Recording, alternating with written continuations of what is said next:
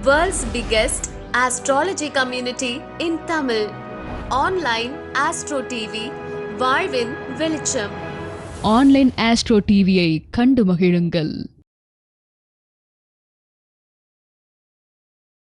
எல்லோருக்கும் எல்லாம் கிடைக்கட்டும்.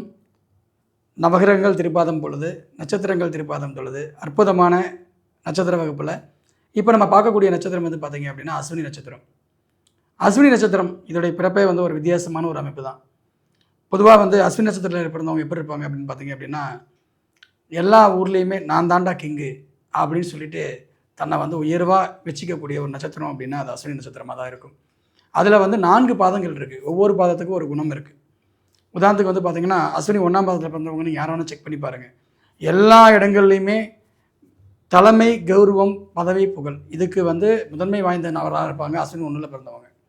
அதே மாதிரி வந்து பார்த்திங்க அப்படின்னு நிறைய பிரச்சனைகளையும் ஆபத்துகளையும் சந்திச்சு வந்தவங்களாக இருப்பாங்க. அதே போல் அஸ்வினி 2ல் நான் பிறந்திருக்கேன் சார் அப்படின்னு நீங்கள் நினைக்கிறவங்களா இருக்கீங்களா? ரொம்ப சிம்பிள்.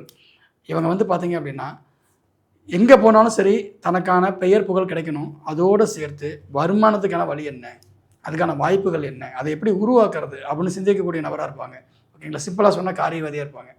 அடுத்தது அஸ்வினி 3ல் பிறந்திருக்கேன் சார், எனக்கான பலன் என்ன சார் அப்படின்னு பார்க்கும்போது ஜாலியாக இருக்கணும், சந்தோஷமாக இருக்கணும். ஆனால் எங்கே போனாலும் நான் தான் கெத்தாக இருக்கணும்.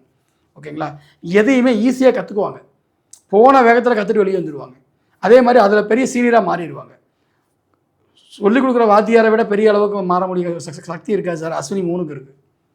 அந்த மாதிரி ஒரு சக்தி அஸ்வினிக்கு 3 இருக்கும். சார் அஸ்வினி 4ல் பிறந்தவங்க எப்படி சார் இருப்பாங்க? பாவங்க. அதாவது உள்ளுக்குள்ளே வைராக்கியம், ஜெயிக்கணும், நான் தான் கிங்கு, நான் தான் அப்படின்ற ஒரு வைராக்கியம் இருக்கும். ஆனால் நிறைய இடங்களில் ஏமாந்து போகக்கூடிய அமைப்பு இவங்களுக்கு உண்டு.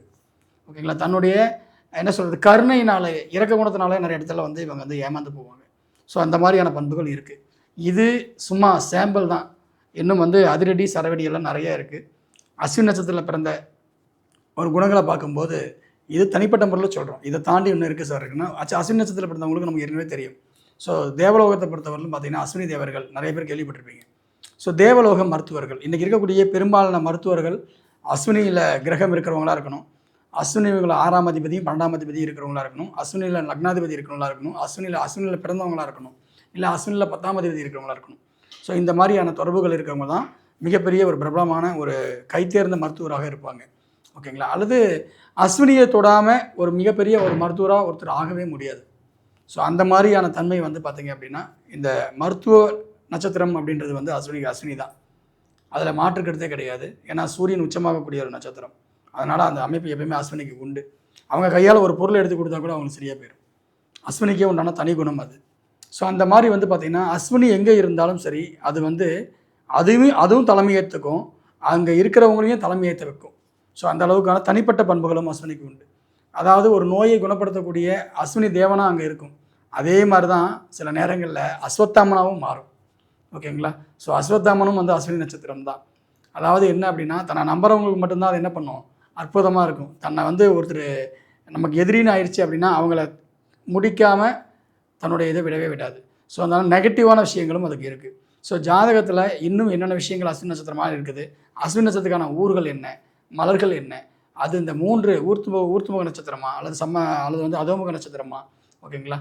இந்த மாதிரியான விஷயங்கள் அதோடைய பண்புகள் எப்படி செயல்படும், இந்த மாதிரி நிறைய விஷயங்களை வெறும் நட்சத்திரங்களாக மட்டும் சொல்லாமல் கிரகத்தோடு, அதாவது உங்களுக்கு ஜாதக ரீதியாக நட்சத்திரத்தில் பிறந்தவங்களுடைய ஜாதகத்தை போட்டு இந்த மாதிரி இருந்ததுனால இவங்க இந்த மாதிரி அடைஞ்சிருக்காங்கன்ற விஷயங்களை நம்ம தெளிவாக பார்க்க போகிறோம். ஸோ இந்த வகுப்பு நானே எடுக்க போகிறேன் வரக்கூடிய 22ஆம் தேதியிலிருந்து. ஸோ வாய்ப்பு இருக்கிறவங்க மிக அற்புதமான ஒரு பங்களிப்பை பெறுவதற்காக, ஜோதிடத்தில் அடுத்த உயர்நிலை பெறணும் அப்படின்னா நட்சத்திரங்களை தெரிந்து கொள்வதற்காக இந்த வகுப்பில் கலந்துக்கங்க. விரைவில் சந்திக்கிறேன். நன்றி. எல்லோருக்கும் எல்லாம் கிடைக்கட்டும்.